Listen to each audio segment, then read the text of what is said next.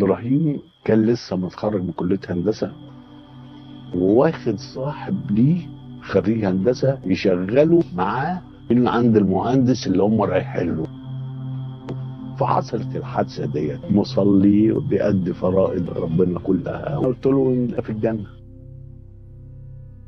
انا قعدت يومين بعد وفاته مفيش دمعه راضيه تنزل من عينيا، لدرجه ان كل الناس تبكي تعيط. انا بكيت، واخد بالك؟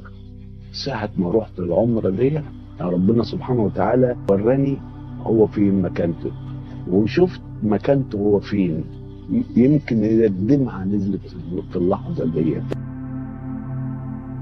الحمد لله هو في مكانه كويسه. يعني انا شفت الرؤيه بتاعته، سفينه كبيره جدا راكبها وبيودعنا، فاحنا بنقرب كده، هو قال لنا بمعنى مكانكم.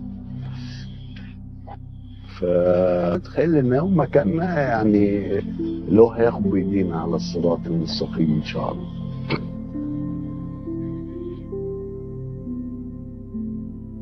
ربنا يعني والله جزاك اجر الصابرين.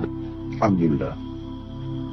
انا بعد وفاة ابن الله يرحمه بثلاث اربع ايام، وفي ناس جت طلبت جوازات سفر، انا والمدام وولادي وكده اهوت. طب انتوا مين؟ انتوا مش عارف ايه، انتوا عايزينهم ليه بتاع؟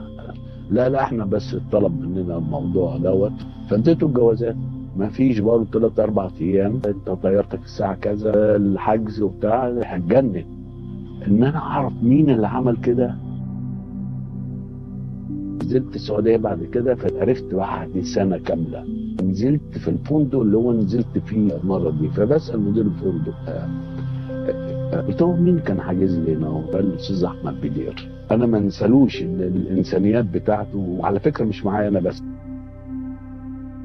طبعا شفيع لينا، ياخد ابوه وامه واخواته و70 واحد من حبايبه ان شاء الله.